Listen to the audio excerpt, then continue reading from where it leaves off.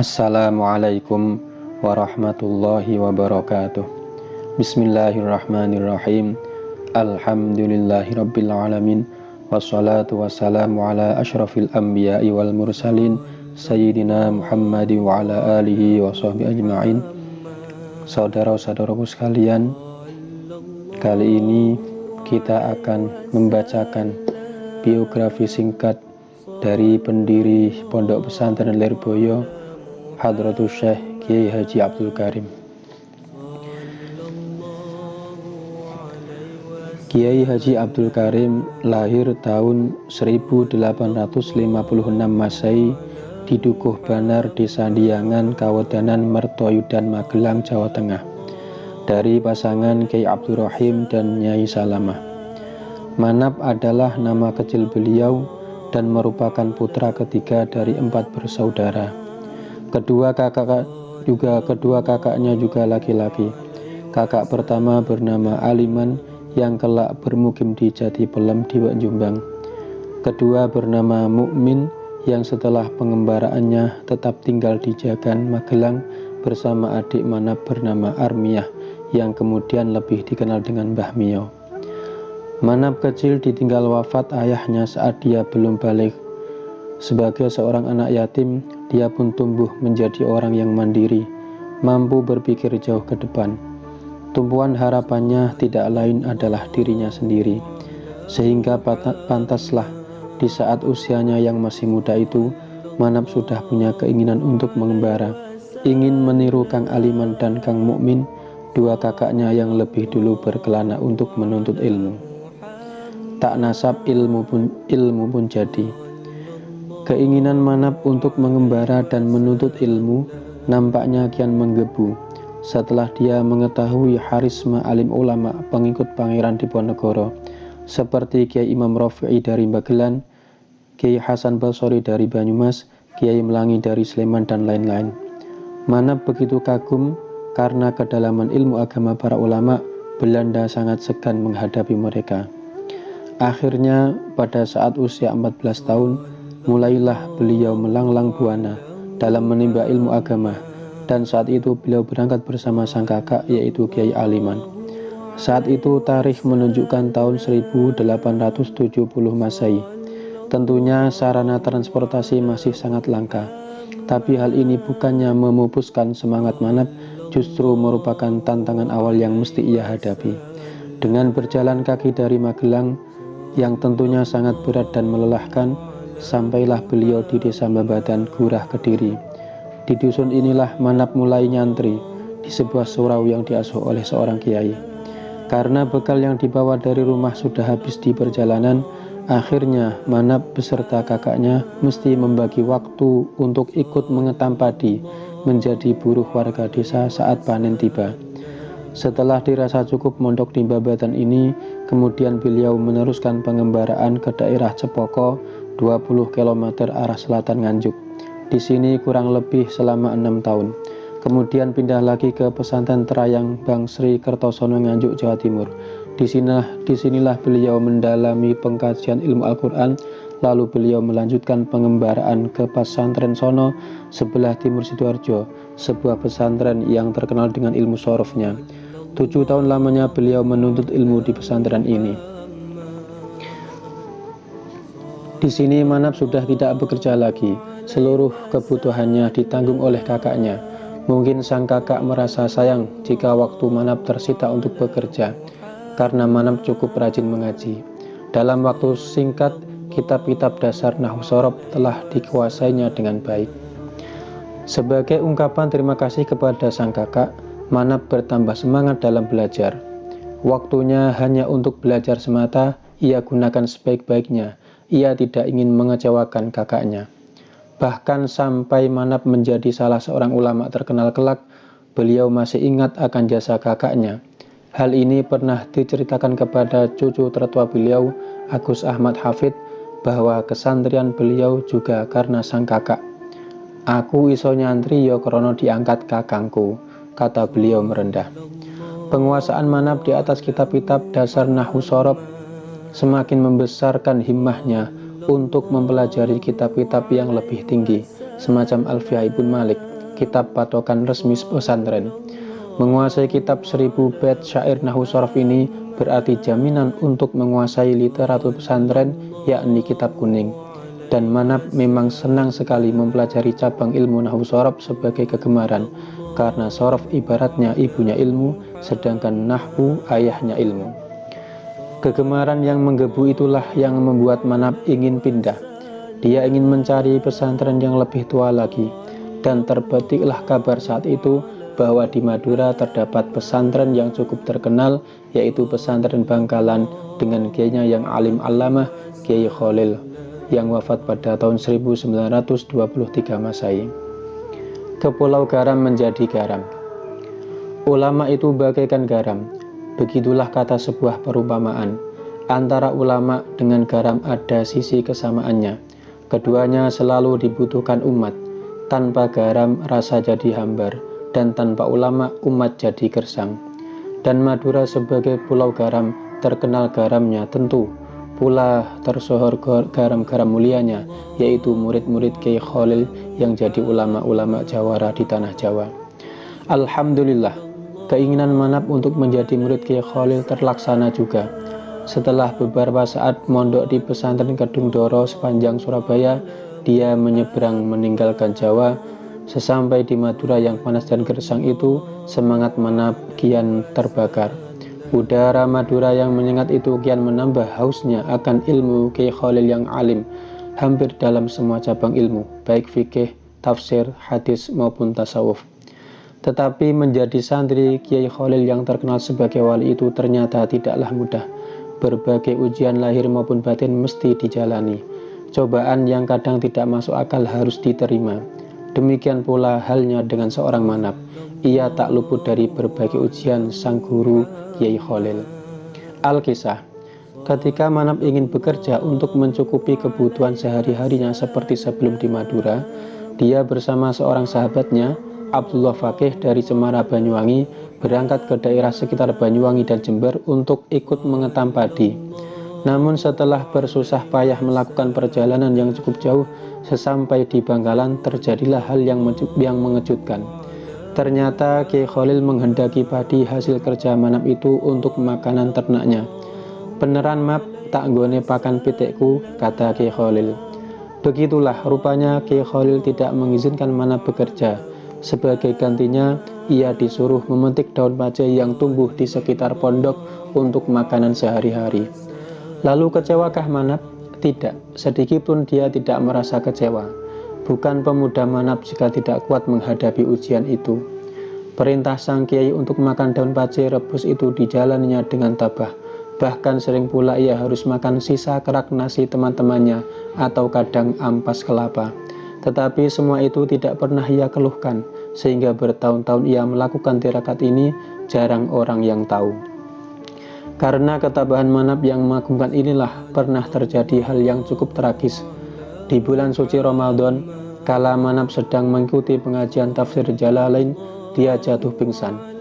Ada apa dengan Manap? Semula dikira hanya kepanasan, lantaran panas matahari waktu itu memang begitu menyengat, sedang Manap tidak mendapatkan tempat yang teduh karena sedikit terlambat. Tetapi setelah diselidiki, ternyata ia terlalu lapar. Sewaktu berbuka mungkin ia tidak menyantap makanan, bahkan ketika sahur ia juga tidak menemukan sesuatu untuk mengganjal perut. Dalam berpakaian pun, keprihatinan Manap juga membuat orang lain terenyuh. Dia hanya mempunyai sepotong pakaian yang melekat pada tubuhnya. Kalau pakaian satu-satunya itu dicuci, terpaksa ia harus menunggu kering dengan berendam dalam air. Tapi anehnya, justru saat berendam itulah Manap menghafalkan alfiahnya.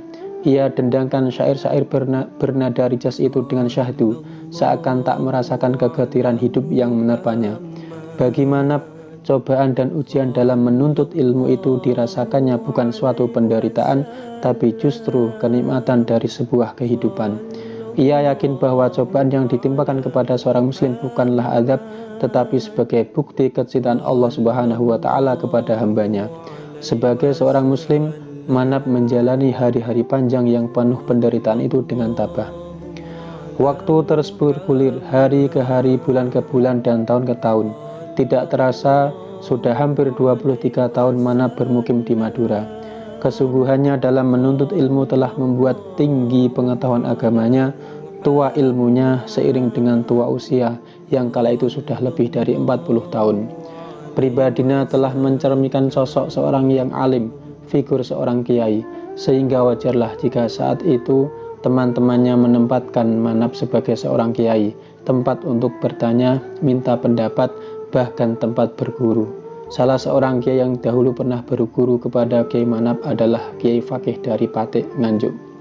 Tak ada kitab, ada siasat.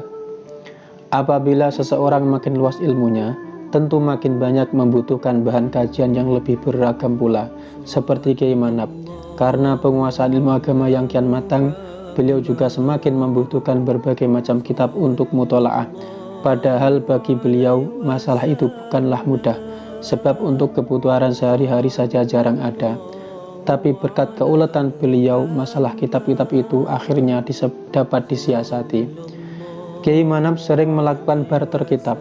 Kitab-kitab yang telah dipahami tuntas, beliau tukarkan dengan kitab-kitab baru milik temannya. Kadang langsung beliau jual, kemudian dibelikan kitab yang baru. Mungkin juga bukan milik Kiai Manap.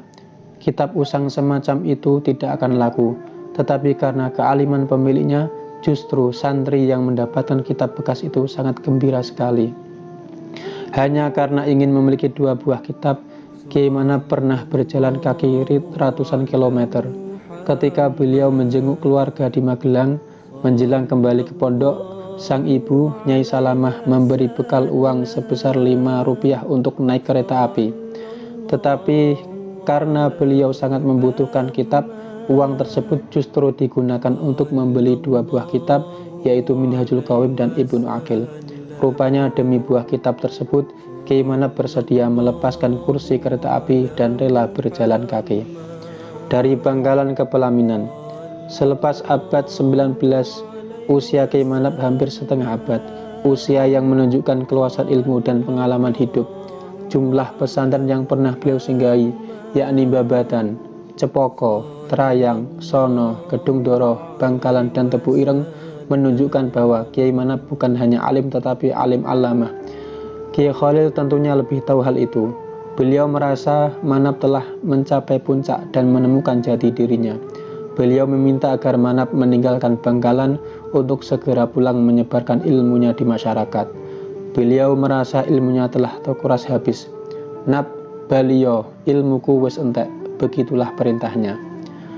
Bagi Kiai Manap, perintah itu cukup menghunjam di benak. Bagaimana tidak, sebab beliau sebenarnya masih ingin tetap di Bangkalan. Beliau masih merasa dahaga ilmu agama. Namun karena sadar yang menyuruh pulang adalah sang guru yang lebih tahu mana yang lebih baik untuk dirinya, akhirnya Kiai Manap pulang juga, meninggalkan Bangkalan dengan rasa ikhlas. Dan ternyata kepatuhan dan keikhlasan itu berbuah juga.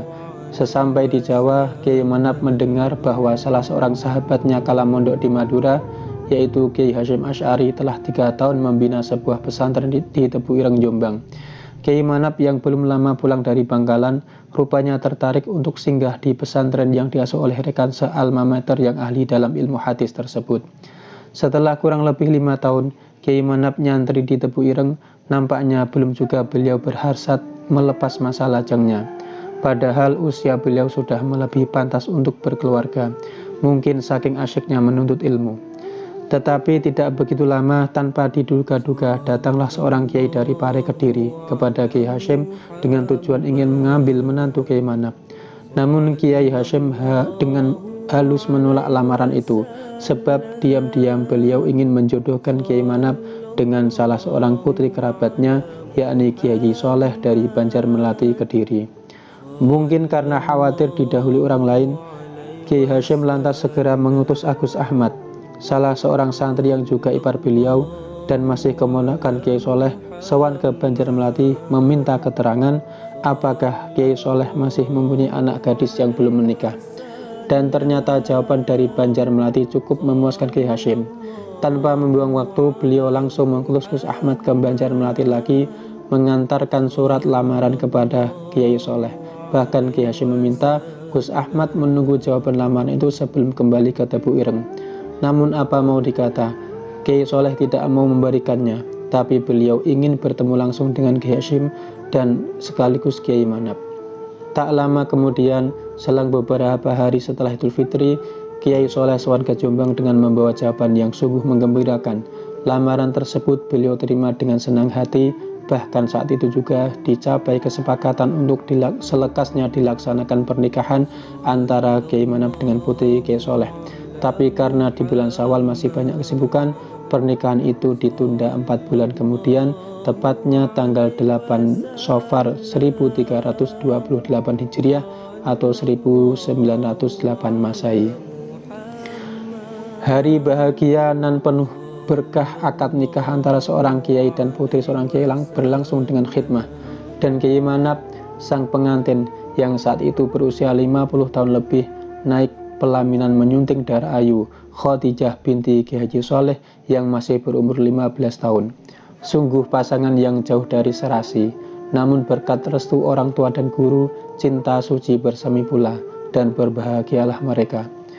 Tetapi kebahagiaan itu tidak menghadirkan kemeriahan layaknya sebuah pesta perkawinan, sebab pernikahan itu hanya dilangsungkan secara sederhana, iktifaan. Kiai Manap hanya diantar oleh rekan-rekannya yang berjumlah sekitar 12 orang, di antaranya Kiai Abbas dan kakaknya Kiai Anas dari Buntat Cirebon dan Gus Ahmad tentu. Bahkan begitu sederhana pernikahan itu, keluarga Kiai Manap di Magelang tidak mengetahui. Berkeluarga dan keluarga besar. Kini lembaran sejarah baru mulai dirintis Kiai Manap. Setelah memasuki jenjang perkawinan, beliau masih sempat meneruskan belajar di Tebu Ireng. Tetapi tidak begitu lama, hanya setengah tahun. Sebab tanggung jawab beliau sebagai suami menuntutnya bermukim di Banjarmelati, mendampingi sang istri merajut kasih sayang, membina mahligai rumah tangga. Setelah 1 tahun, rumah tangga Kiai Manap kian bertambah mesra dan hangat dengan kehadiran putri pertama beliau yang diberi nama Hannah yang lahir tahun 1909 Masehi. Hanya saja ada satu yang belum terlengkapi, yaitu rumah tempat tinggal. Namun bagi Kiai Manap, masalah ini beliau serahkan setulusnya kepada Sang Kuasa, tawakal. Justru kepasrahan inilah yang akhirnya membuahkan sesuatu yang jauh lebih bermakna. Bukan hanya tempat tinggal yang beliau peroleh, tapi juga ladang nan subur untuk menaburkan benih-benih keilmuannya, yakni Lirboyo.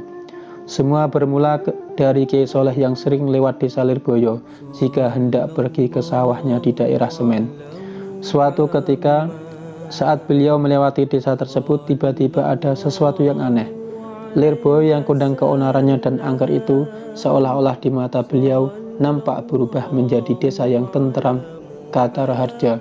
Tentu saja timbul keinginan Kiai Soleh untuk memiliki sebidang tanah di desa Lirboyo itu. Maklum, sebagai seorang ulama, beliau merasa terpanggil untuk membenahi desa tersebut. Dan gayung pun bersambut. Lurah Lirboyo yang rupanya sudah tidak mampu lagi menenteramkan desanya itu, memohon bantuan Kiai Soleh untuk menempatkan menantunya yang alim di Lirboyo, masyarakatnya yang kering siraman ilmu agama, agar kembali pada jalan yang benar. Ki Lurah yang priai dari Solo ini berharap sekali permintaannya dikabulkan, hingga tiap kali Kiai Soleh pergi ke sawah, dia selalu menghadang beliau dan mengulangi permintaannya berkali-kali. Akhirnya Kiai Soleh meluluskan juga permintaan Ki Lurah yang bijak itu. Mengingat pula menantunya Kiai Manap belum juga mempunyai tempat tinggal. Dengan bantuan Ki Lurah itu, beliau berusaha membeli sebidang tanah di Lirboyo. Dan kebetulan saat itu ada seorang penduduk yang akan menjual tanahnya karena sudah tidak betah bermukim di Lirboyo. Setelah Kiai Soleh membeli tanah seluas kurang lebih 1785 meter persegi itu, segera beliau dengan jalan lahir maupun batin mempersiapkan tempat itu sebagai hunian yang nyaman. Di atas tanah tersebut dibacakan azan. Sungguh menakjubkan. Semalaman setelah itu, penduduk Lirboyo tidak bisa tidur. Ngeri suara gaduh kepindahan makhluk halus yang lari tunggang langgang. Kumandang azan, Kiai Soleh cukup mengusik bangsa lelembut itu. Setelah dirasa siap, Kiai Soleh lantas mendirikan rumah kecil yang amat sederhana, hanya berdinding bambu dan beratap daun kelapa.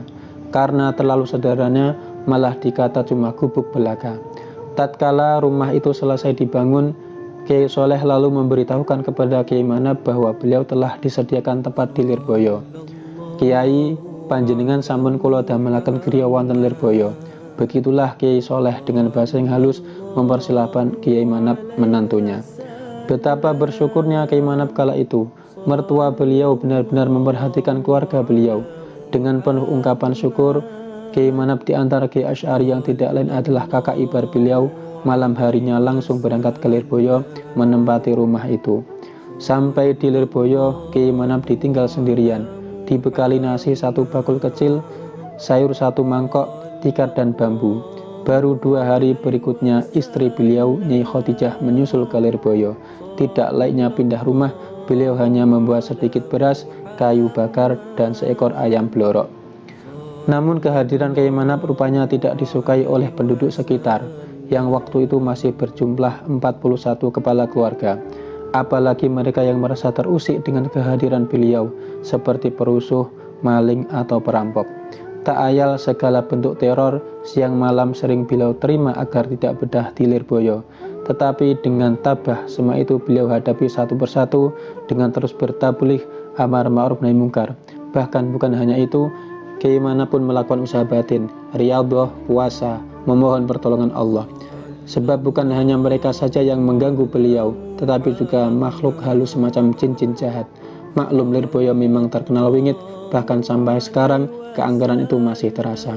Alhamdulillah, upaya Kiai Manap untuk menyadarkan masyarakat Lirboyo lambat laun menampakkan hasil.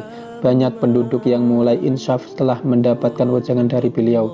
Bahkan selang tidak begitu lama, Kiai Manap telah mampu membangun sarana peribadatan sederhana, sebuah langgar angkring yang 3 tahun kemudian disempurnakan menjadi masjid sekitar tahun 1913 Masehi. Dengan terwujudnya masjid inilah keberhasilan dakwah Kiai Manap semakin nyata. Fungsi masjid pun kian berkembang, bukan sekedar tempat ibadah, tapi juga sebagai sarana pendidikan, tempat memberi mau'idhah dan pengajian. Waktu itu mulai banyak masyarakat yang buruh kepada Kiai Manap. Bahkan sudah ada juga santri yang datang ke Lirboyo menuntut ilmu, yakni seorang santri dari Madiun bernama Umar. Inilah santri pertama yang menjadi cikal bakal keluarga besar Pondok Pesantren Lirboyo yang dirintis dari bawah oleh Kiai Manap sang pendiri. Senin Kelabu di bulan Ramadan. Hari-hari suci di bulan Ramadan 1374 Hijriah kian terlewati satu persatu, penuh dengan curahan rahmat dan maghfirah bagi umat manusia yang menyambutnya dengan keceriaan ibadah. Demikian pula dengan santri-santri Lirboyo. Di balik itu tersimpan kedukaan yang dalam di benak mereka. Sudah setengah bulan lebih puasa berlalu, sakit Kiai Haji Abdul Karim tak kunjung sembuh, bahkan semakin berat nampaknya. Namun walau kondisi Kiai Haji Abdul Karim sudah cukup kritis dan mendekati koma, beliau masih tetap sadar.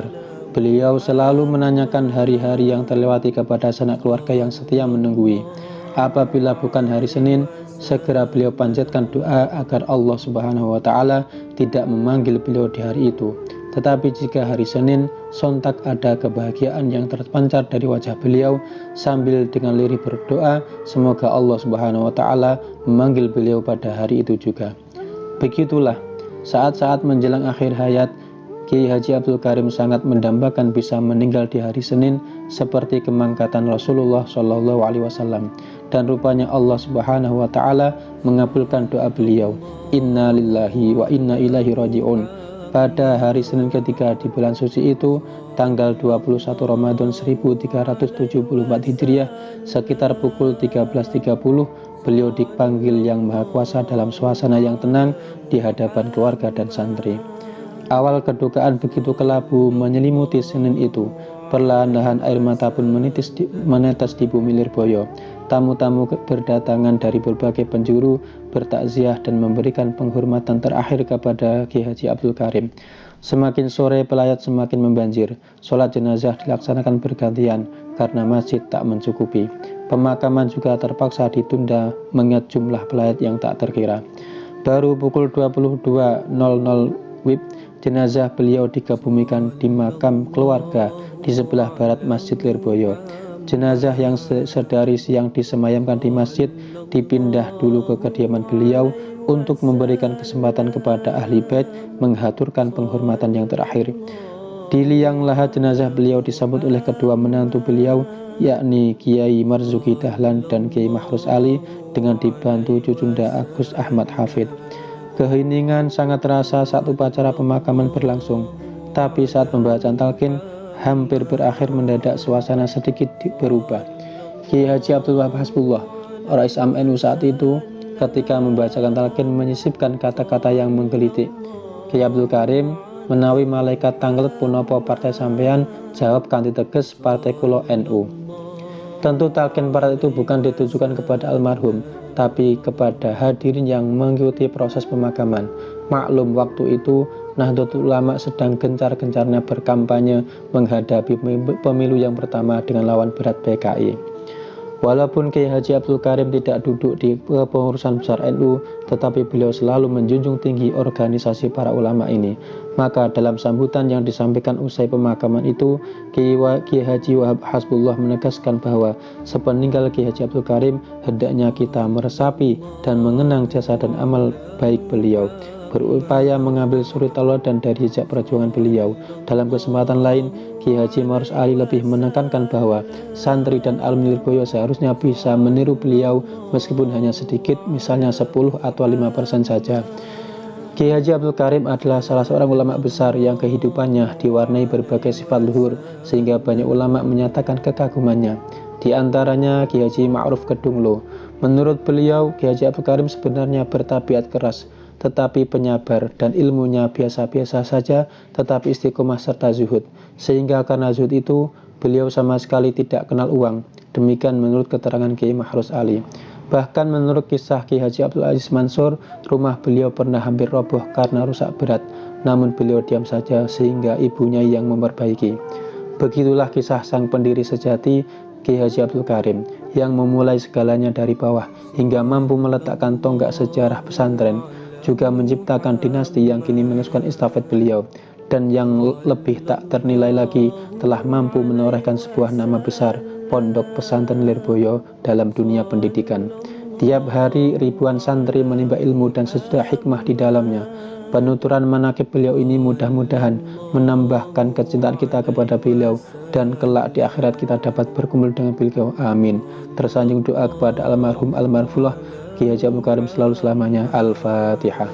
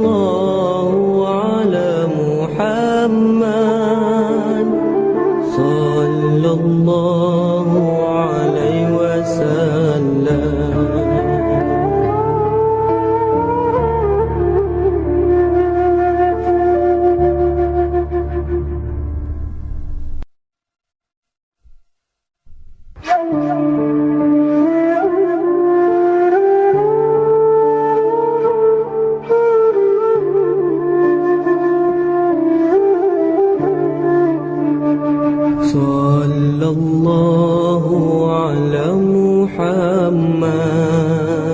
sallallahu alaihi wasallam. Sallallahu ala Muhammad, sallallahu alaihi wasallam. Sallallahu ala Muhammad, sallallahu alaihi wasallam. Sallallahu ala Muhammad, sallallahu alaihi wasallam. Sallallahu ala صلى الله